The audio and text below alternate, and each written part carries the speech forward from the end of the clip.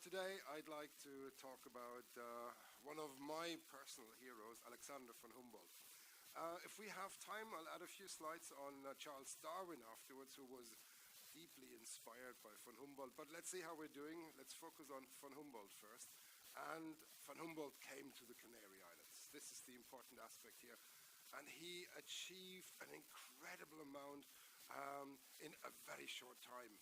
He did so much research in that 1 week he was here in the Canary Islands. It's just mind-blowing.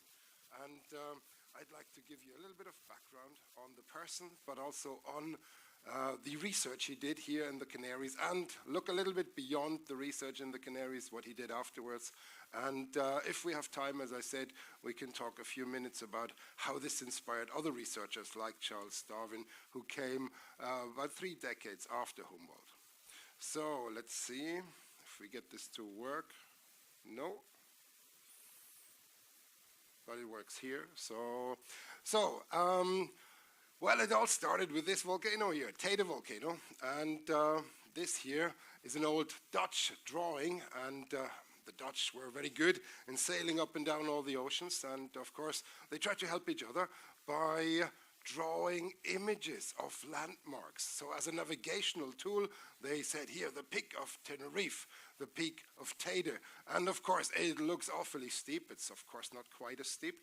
And they pictured it to be above the clouds. Here you can just about see the clouds. And they also had the Anaga Peninsula here, a long ridge extending from the central part. And if you look at Tater today, you see that the peak is, peaking out above the clouds. And this is something that is widely visible and therefore a very useful navigational landmark that sailors could see. And this gave Tater a very famed, I need to coordinate that now, a reputation here, but nobody really knew how high Tater was. For a long time it was considered the highest point on Earth. And it was even believed that if you were to go up there, you'd be burned. You'd be burned to death. And the Icarus Concept, if you will. There was a lot of uncertainty. And this, of course, this legend that surrounded Tater, this was something that inspired people. And in addition, there was an eruption in 1798 on Tenerife, and there was previously historical eruptions, 1704 and 5 and 1706, and this concept of the potentially highest mountain in the world, altitude was something Humboldt was fascinated about, and we'll come back to this later, plus this concept of volcanic eruptions that people described. This drew Humboldt to come to Tater. And why this eruption phenomenon was so important, I'll talk about this in a few minutes, but let's look at Mr. Humboldt himself. So when the Prussian nobleman, he was a young man at the time, Alexander von Humboldt, heard about these things, he was keen to explore these features for himself. And these were big puzzles at the time, and the actual height of the volcano of Tater was important. Also, there was a big debate out there of how basaltic rocks actually formed. Today we know it's lava, but at the time there was 2 rival concepts. One was that basaltic rock has precipitated from ocean water. And this was really, really widely believed at the time. And the other school thought it's volcanic eruptions. And Humboldt was taught by a Neptunist, somebody who believed it's formed from ocean water. So when he set out to see this alleged volcanic eruption for himself, he actually came with a completely different view to the island. And the altitude effects on plant life and humans was something he was very fascinated about as well. So, a few words about him as a person. He was born 14th September 1769 in Berlin, and the Duke of Brunswick was actually his godfather. And he was brought up in Tegel, which is just outside Berlin. Nowadays, there's an airport there. And the family estate, which I'm showing down here, it's rather pretty, but not too large. and his father was an officer in the Prussian army, and his mother was of Huguenot descent, so she was of French Protestant descent. There was a wave of immigrants from France a few decades before, and he had a private tutor. He didn't go to a public school, and the private tutor is well known in these circles, I'm told. And here, I haven't really read much about him, but I thought I'll provide his name anyway. So, and in 1779, his father dies, and he has to go off to university. He's first enrolled at the University of Frankfurt Oder, which is the other Frankfurt, not the one in the center of Germany, but the one near the present-day Polish border. And he had an older brother, Wilhelm von Humboldt, and the two of them were sent to university together. He studies for a civil servant career, but he didn't like it. It didn't go very well, and it's reported that he had only moderate success. So, and he then changes universities, as students sometimes do, and he swaps his activity to the University of Göttingen, where 1789 he starts working there. And then he starts to realize that he has a knack for adventure, and he starts to find pleasure in traveling. And he teams up with Georg Forster, who was a world traveler who actually sailed with James Cook, and there he gets a lot of these fascinating stories from all over the world. And then he changes again. He goes to the Handels Academy, the Trade Academy in Hamburg, and there he learns about the big wide world, 1790-91. And then he travels for quite some time to the Netherlands, to France, to England. You can see his travels go further and further out there. And in London, he meets the president of the Royal Society, Joseph Banks, and there he was shown the collections of South Sea specimens. And that really switched him on to become an explorer. Then he registers in the Prussian mining service, and he's employed there. And he's trained at the Academy of Mines in Freiburg, Saxony, and there he's also getting in contact with this gentleman here, Professor Gottlob Werner. And he is the ultimate Neptunist. He is the person who really pushes this concept of basaltic rocks forming from seawater precipitation. And later he was disproved, but he was actually a big shot at the time. The Wernerian concept that it was known was so widespread that most scientists actually believed that basalt forms by ocean water, forms from ocean water. Only later this did change, and I always remind students, just because the majority of people believe in something doesn't make it true. You have to be very, very careful about that. So, and this is a classic example of this kind of idea. So then he works as a mining engineer in various parts of the Prussian territory and Prussian allied territories. He's sent to supervise mines, and it's said that some of the mines he was supervising, they suddenly experienced an increase in production.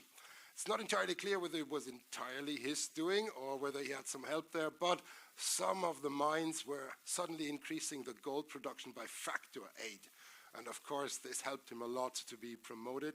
And he starts to publish then at that time as well. He publishes on mineralogical observation of basaltic rocks that, as I said, we now know to be lava. And he visits various areas that we now know to be volcanic provinces in the borderlands between France and Germany. And there, the Lacher See volcanic province is very famed. It's still believed to be active, and he looks at the rocks there. He travels through Austria, Switzerland, and he publishes on cave botany. He had a thing for caves as well. So all of these works and his success gave him access to the brightest mind of the time, and he was invited to meet with people like von Goethe and Schiller, the big poets, the German writers, and here he's shown meeting with these gentlemen, and they are having discourses about all sorts of things, and this was also very influential. And there he has a second trip to Switzerland in 1797, and then something strange happens, and that is the death of his mother. I tried to find out a little more, but apparently the relationship between Alexander von Humboldt and his mother was not particularly good. And as soon as she died, he broke all bonds to his life so far. And he inherits, together with his brother, the family fortune, and he immediately quits his state service. So here, within a month of the death of the mother, he says, I don't want to be a civil servant anymore. I want to explore the world. So somehow this family tragedy has changed the way he operates entirely. And he starts immediately to prepare for a great trip to South America. So he takes several years to prepare this trip. And this is a map of the trip. We're going to go through it a little more later on. But he travels from Spain all the way through the Canary Islands to the northern part of South America. He travels around there, and he goes all the way to the Pacific. He travels up to Mexico, to the United States. He even meets the president. I'll come back to that later. And eventually, he comes back to Spain. So, en route to America, he visits Tenerife for actually only 1 week, and this started 5th of June, 1799. Well, he had a passport from the Queen of Spain, so he had access to all the kind of high society and all the support from the local authorities. This is something that Darwin later did not have. When Darwin came to Tenerife, the Beagle was refused access to the port. This was because only a little over 30 years before, Nelson tried to actually capture Santa Cruz and failed, and there was bad relationships between Spain and the UK at the time. And so the Beagle was told there's a cholera epidemic in Santa Cruz. There's no record of a cholera epidemic that year, so this was a diplomatic kind of coup in order to make sure that the British ship would not enter port. But Humboldt had a different setup. He had a letter from the Queen, and this opened all the doors for him. So he comes here for 1 week. He visits Tater Volcano. He visits La Laguna, the capital. He visits the Anaga forest and, of course, the Orotava Valley. Here's the Orotava Valley, which was the agricultural hub at the time, and also a lot of noble families were clustering in that area, and there was a lot of money in that area. So he does a lot of research in that single week, and it's so impressive. So he really was the first volcano researcher, so to say, that traveled to the Canary Islands. So he had also a very busy social calendar, loads of dinners with the noble families here, and apparently there was a little flirt with one of the young daughters of one of the noble families, but I couldn't find out a lot of details about that. So, but he has eventually to cancel a trip to San Juan de las Ramblas, which is along the north coast of Tenerife, because the Beagle then, sorry, not the Beagle, his ship was then sailing off. Beagle was Darwin's ship, and he had to cancel his last trip that he still wanted to do, but he visits the botanical gardens in addition to several other places, of course. So, but let's talk a little bit about his achievements. And one of the things he was so keen to do was to establish the height of Tater Volcano, the presumably tallest peak in the world. Well, he sets out to do that, and he's not the first to try that. Several attempts had been made before. The last one before him was by Charles Baudin, a French researcher, in 1776. And the way it was done was by triangulation. You take two known points and you try to work out the third one by, well, geometrical calculation. And he realizes rather quickly, well, the peak of Tater is not that close to the sun, and he doesn't actually have to be worried about being burned when he goes up there. That's a very important realization. And here's the different estimates of Tater's height, Tater's altitude, and you can see it goes back to well, Italian researchers and all sorts of folks who had a go. And here we go through the years. And indeed, Charles Baudin actually had a very good estimate with 3,713 meters. And then Humboldt came in 1799, and he comes up with 3,736 meters. And as you realize, all the other estimates are completely off. None of them overlaps, but this one here overlaps almost perfectly with the previous estimate. That was the first match, and that meant Humboldt kind of got it. But Humboldt was perfectly aware that the French gentleman Charles Baudin actually did the real job. So there's this quote by Humboldt, and everybody gave him the credit, but he realized it wasn't his, so he says, there's 3 stages of scientific discovery. First, people deny it's true. Then they deny it's important. And finally, they credit the wrong person. So, and it's actually, to a degree, it's still true today. I find in science that it may not always be the first person like Charles Baudin who works it out. It may be the one who kind of makes the finding public, and that person may get more credit. So here Humboldt was standing on the shoulders of a French giant, if you will, and he got the credit for it. So, but then there was this other problem, and that was the eruption. And here we have a drawing, again from a French researcher, about the 1798 eruption.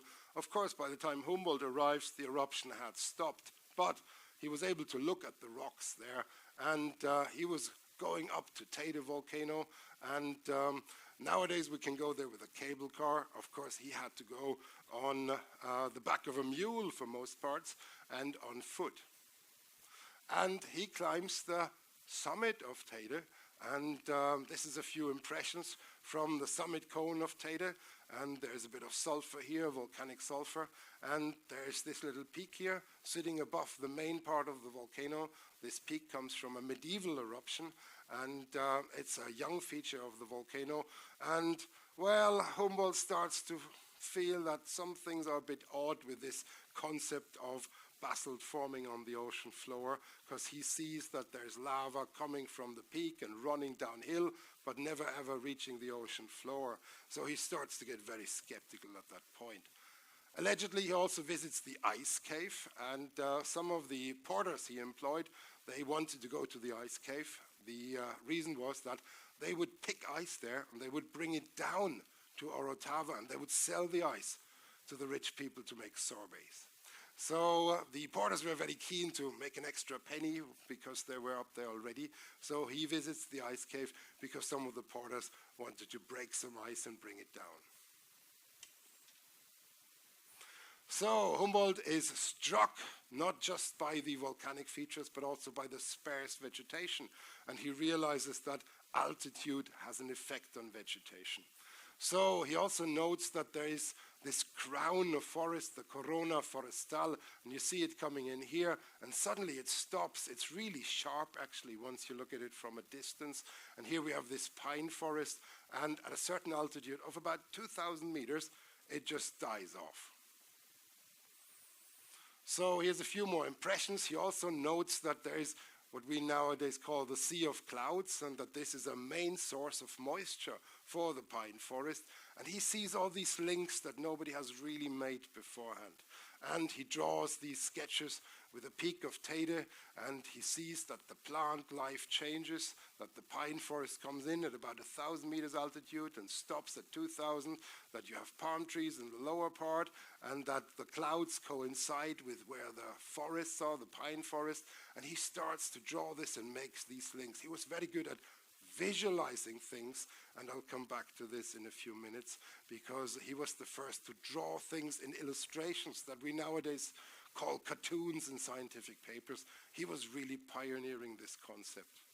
So, and he also, of course, notes that the vegetation at the coast is very lush, and this is where the agriculture happens. This is where you can grow bananas and pineapples, etc., etc. And higher up it changes towards the forests, which are maybe useful for timber, but not for traditional agriculture. So he comes up with this sketch here, and here the distribution of plants, and in vertical direction. And here he says the palm trees down here, agricultural fields, and then there is a leafy forest, and then there's pine forest, and then above a certain level there is no forest left, and only a few shrubs are left, and then we go to the peak of Tater, and he recognizes this change, and he concludes that the change in altitude that plants see is actually similar to the change in latitude. If you go up towards the North Pole, you will see similar changes. So he also realized on that trip that, well, this idea about lava and ocean water doesn't really work so well, and he would have seen these rocks. I don't have a record of this, but he would have seen them on the way. This is the lavas negras. This is a medieval eruption of Tater Volcano, and if you happen to have a chance to go to the Tater National Park, you will also see them. They're striking.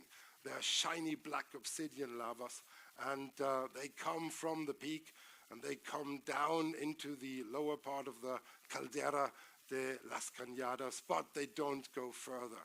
So he would have seen where the lavas came from and that they stopped.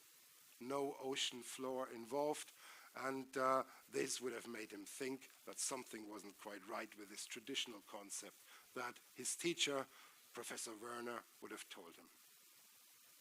So here's a few impressions of this, and this is how these rocks look like. There you have flow banding in the rocks, and they're very shiny, they're obsidian, and here's a classic tongue of the lava coming down here, and then it stops, and this is not an ocean floor feature.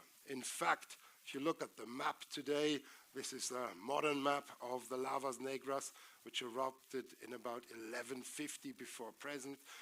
You'll see that they all stop here. And there's this beautiful road here, and I always make that joke with the students that the lava was very kind. It just stopped before hitting the road, but of course the road is younger. And here we see that none of these lavas ever reached the sea. It's very obvious they emanated from the volcano, and they didn't go to the ocean, never saw any ocean, and Humboldt was smart enough to realize that.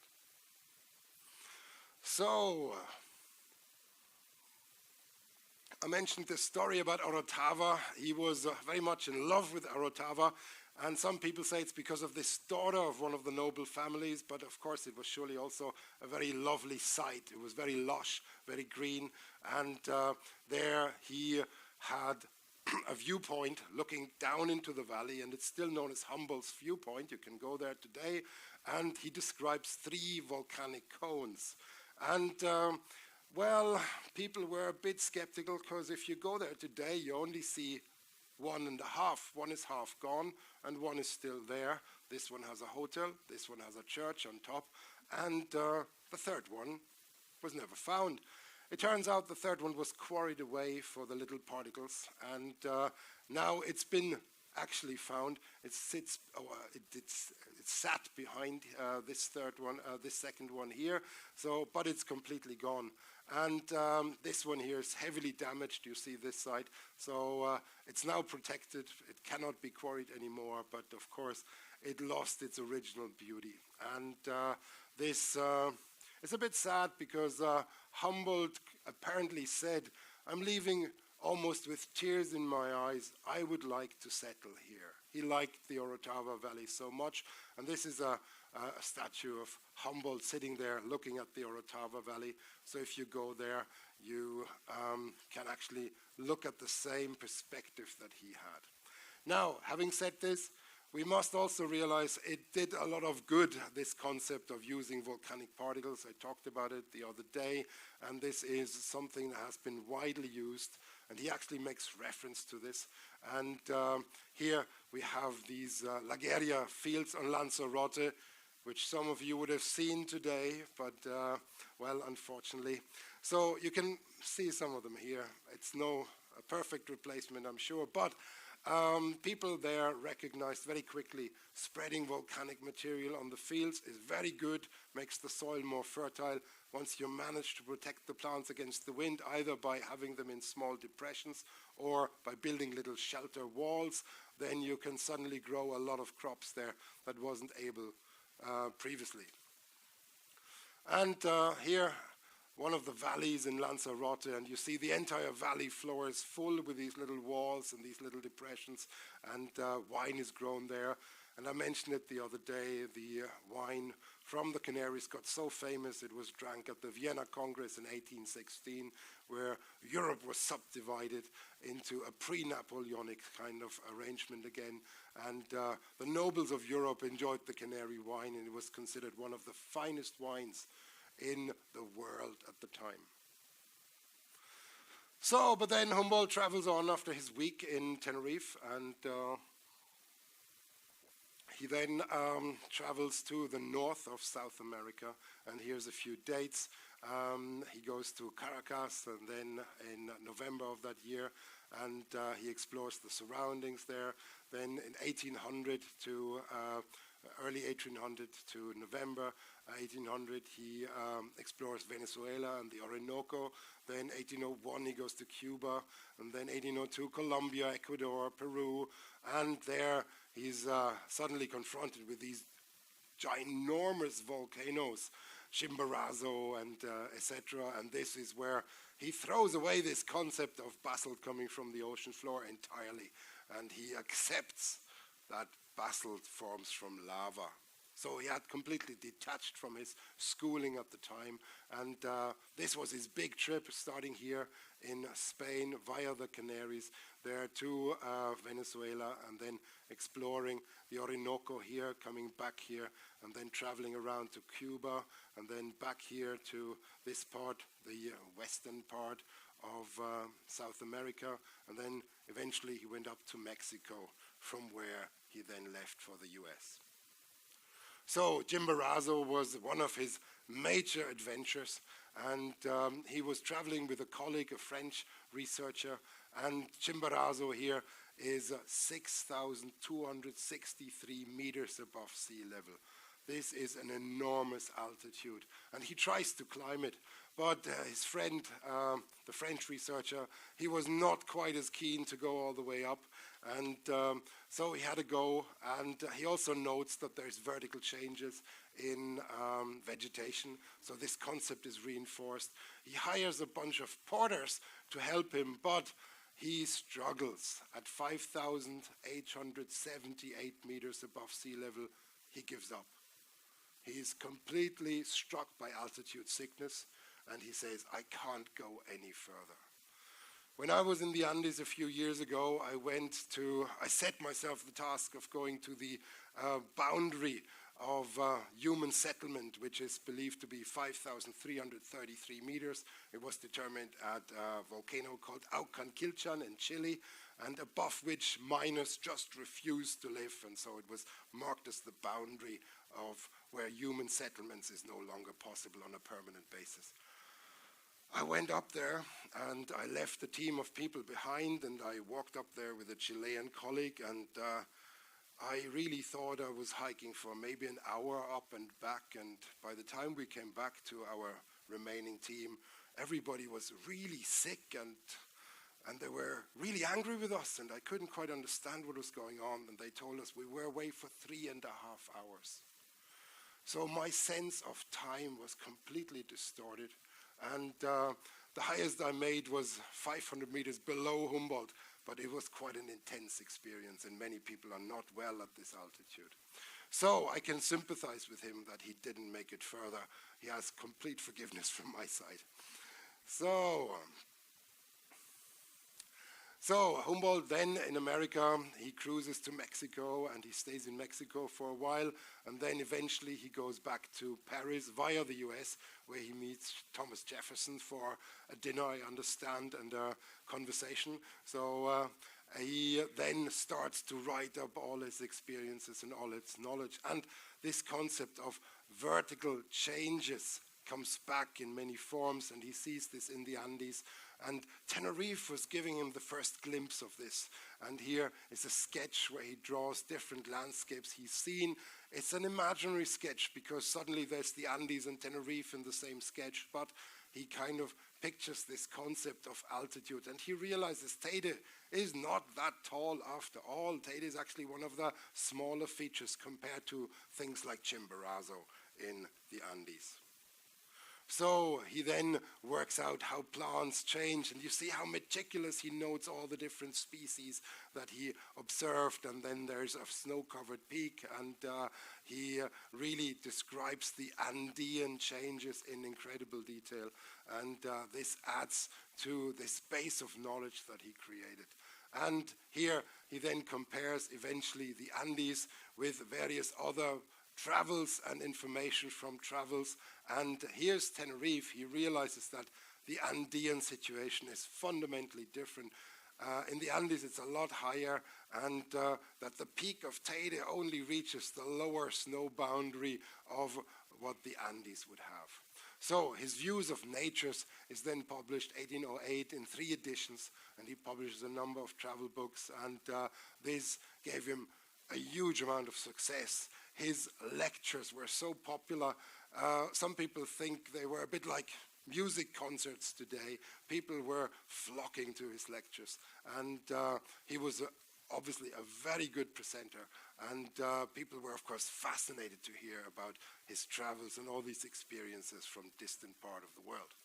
Now, let me bring back a few real accomplishments, a few real life accomplishments. Apart from understanding nature, he also did some good. And he was one of the few people to realize that guano actually has a very positive effect.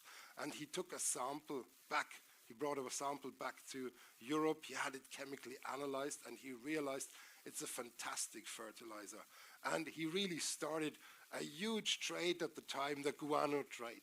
And only in about 1910 to 1920, when we started to make artificial fertilizers, did this really stop. So a guano boom resulted from Humboldt's initial discovery, and it lasted certainly into the early parts of the last century.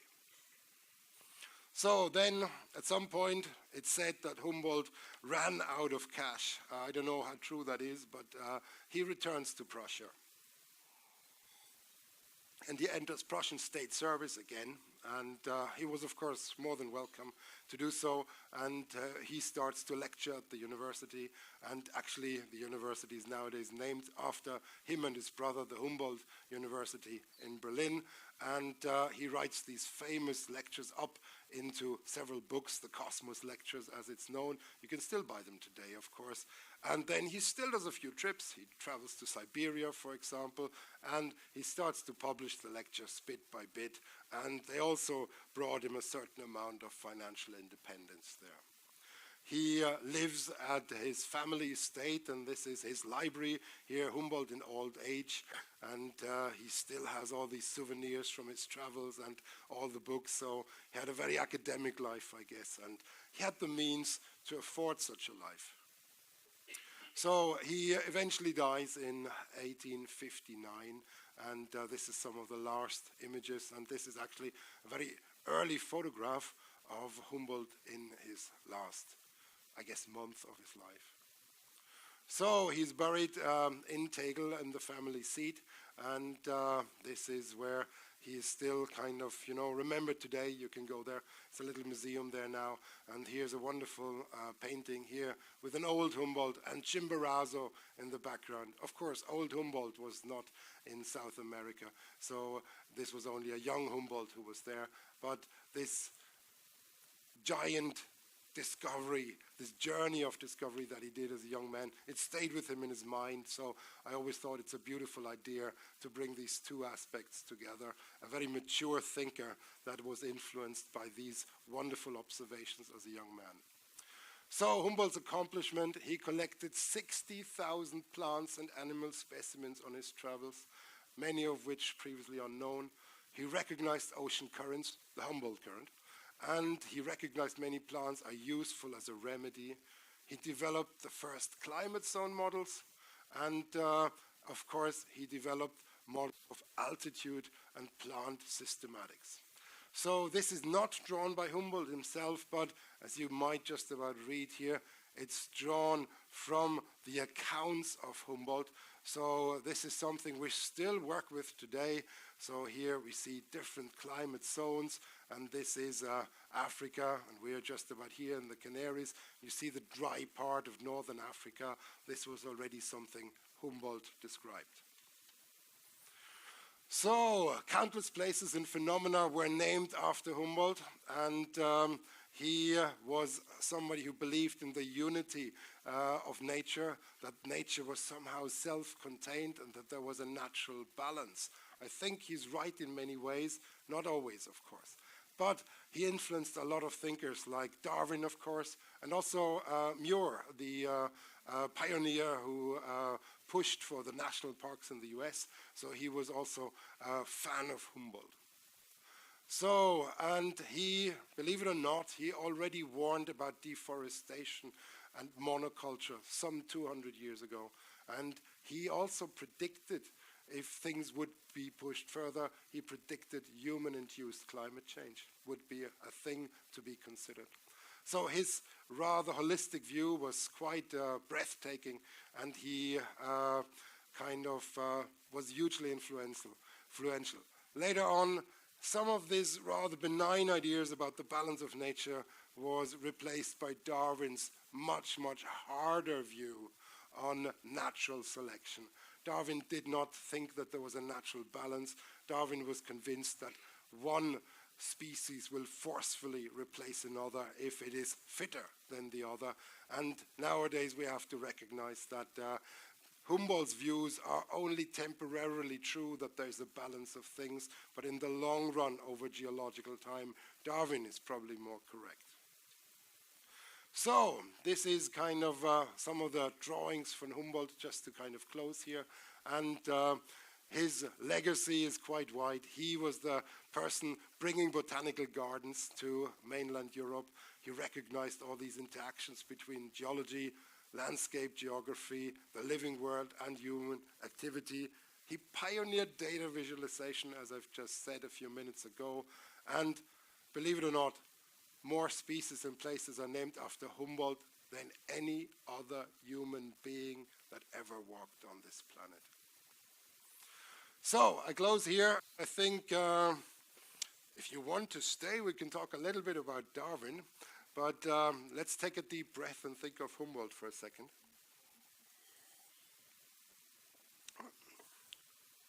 So now Darwin, and Darwin came a little later, and before Darwin was able to investigate the Animal Kingdom and the Beagle Voyage, he was also fascinated by geology. And when he got this opportunity to join the Beagle Voyage, he jumped at it as a young man. And he was very keen to have this big, exciting voyage that he read about, that Humboldt had some 35 years before him. And he really wanted to have an experience like that himself. So he is largely remembered for the origin of species, of course, but he also worked as a volcano researcher, and this is where I come in. I find it quite fascinating. He actually was the Secretary General of the Geological Society of London. So he was, deep inside, he was a geologist, not somebody who worked too much with species originally. So he's also known amongst geologists for his book on volcanic islands, and this is where Darwin comes in now for me. So much exciting early work in volcanology came from the Canary Islands, and Humboldt looked at Tita, for example. Von Buch, Leopold von Buch, he worked also in the Canaries and La Palma, and he came about 20 years after Humboldt. And Darwin was so keen to visit the Canaries, but unfortunately, as I mentioned earlier, Admiral Nelson spoiled it for him, and he wasn't allowed because of an apparent cholera epidemic. But the real reason was more likely that Nelson tried to capture Santa Cruz in 1797 and failed rather miserably. He lost his arm in that engagement, and he had to promise never ever to attack the Canary Islands again. He signed that, and nevertheless, the Spanish authorities were really weary of anyone with a British flag at the time. So the first results of the Beagle Voyage, therefore, did not actually come from the Canary Islands, but the other islands he visited, they were very important. And he also struggled initially with this concept by Werner, this idea that basaltic rocks may form from ocean precipitation. And he quickly follows Humboldt's final kind of thoughts that lava rock is actually indeed made by volcanic eruptions. So this was one big step. Now, Darwin was very insecure about rocks at the beginning of his journey. If you read his kind of notes, he's very unsure about how to call rocks and things like that, but he has a little library with him, and you can really see that throughout the journey he gets better and better. He gets more firm with things, he uses more technical terms, and then he gets quite confident. So he was a self-studied man, if you will, and when he reached the Cape Verde Islands, he uses kind of wobbly terminology, but by the time he reaches South America, he's really firm with things.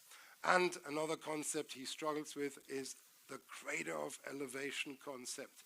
So this is what I'm listing here, and that is Van Buch. He pointed out that volcanoes might actually be originally flat-lying rocks that are then pushed up a crater of elevation, and that the lavas that come down the sides of the volcano, they're actually just pushed up formerly horizontal rocks. And well, Darwin struggles with this a little, and he has doubts about this concept. So here's Van Buch, just an image of him, and here's the Caldera de Taburiente on La Palma, which hopefully we will see if the weather permits. And there Van Buch came up with this concept of the crater of elevation idea. And well, the reality is some volcanoes do have this uplift, some islands have this uplift, and Darwin realized this because he found limestone, oceanic limestone, high up on some of the islands. So he noted uplift is a reality. But there is other problems with that, and I'll come back in a few minutes. So he worked through this kind of difficult concept. He realized Werner was not entirely, Van Buch was not entirely wrong, but he also wasn't entirely right, and quite a messy way of kind of having to work through other people's thoughts, I thought. So he realized that islands eventually rise and sink, and this was a fundamental kind of concept. And this led him to work on the big ideas on coral reefs and atolls. So initially islands might rise, and then when they sink, the limestone fringes that form from the coral reefs, they will still give you these ring-shaped structures. And this is where the animals, the plants and animals try to come up, and the corals in particular, they're trying to stay in the photic zone, they're trying to stay close to the light, and then you get these rings of materials, even if the island itself has already sunk. So he works through this, and eventually he kind of concludes that islands are unstable. And the Admiralty of the Royal Navy actually asked him before the journey whether he can think about whether these islands are good naval bases. And he concludes, well, they rise and fall, and they're not so good for naval bases on a permanent basis. So here's a few impressions. This is from Gran Canaria, and this is a former PhD student of mine.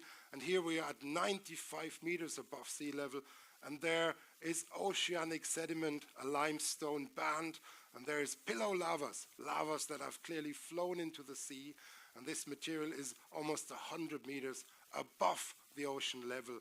So this must have formed at a time when the ocean was either higher or these rocks were lower, and it's the latter that applies. So there's plenty of evidence for islands rising, and Darwin was keenly aware of this very early on. So another thing he realized is that islands sink, as I said, and he realized this in the Galapagos.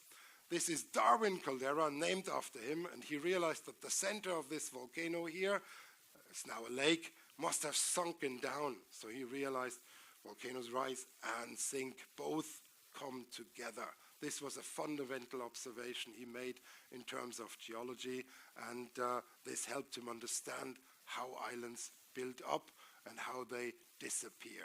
So he worked on this, and he wrote a book in 1835, long before the evolution of species, and he realized that islands rise and they sink, and when they sink, you have coral reefs trying to keep up with the sinking, and they're trying to stay in the photic zone, and then you get these atolls that are then making a little lagoon in the middle. The island is long gone, but the coral reefs are still there.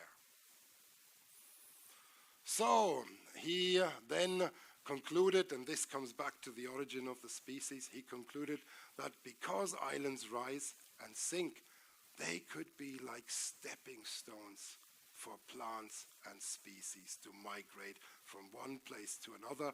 And this helped him with working out this concept about, for example, how birds spread in the Galapagos.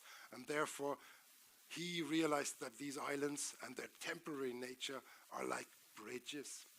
And this was a fundamental stepping stone for the origin of the species. So without his geological work, the other part would not have come about. So regarding the uses as naval bases, well, as I said earlier, he concluded they are not so good for that. So the Navy was a bit disappointed, but he said if there's a volcano, well, you have potentially eruptions, because he worked out that volcanoes erupt. And if there's instability, you might lose your naval base after a certain amount of time.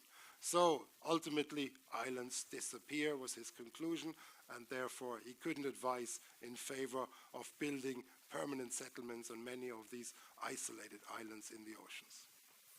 So, as I said, the continents are a slightly different thing. They're species mix, but when it comes to islands and island chains, they are like stepping stones. And this is, of course, true in the Canary Islands as much as in the Galapagos. And just very recently, I got a Google Scholar alert. This tells me when somebody cites my work. And I was very intrigued because some of my work was cited by a recent article about how plants could have spread throughout the islands. And the important aspect was that in some of my work, I made the point that the islands were never connected, but that there's these giant landslides I talked about. And some Spanish researchers suddenly thought, if we have these giant landslides, then rafts of material could actually end up in the ocean, and they could travel to some of the other islands. And on these rafts, you would have plants, you would have animals, you would have all sorts of things. And they argued that's how some of these species might have migrated from, say, Lanzarote to Gran Canaria, and from Gran Canaria to Tenerife, and from Tenerife to La Palma. I thought it was a really nifty idea, and I was a little proud to have contributed a building block towards its development. So Darwin publishes on the ocean islands here geological observations on volcanic islands, and this is, for geologists, one of his seminal work. He later becomes, as I said earlier, a major player in the Geological Society of London. Here is the door of the Geological Society of London, and he considered himself largely a geologist for much of his career.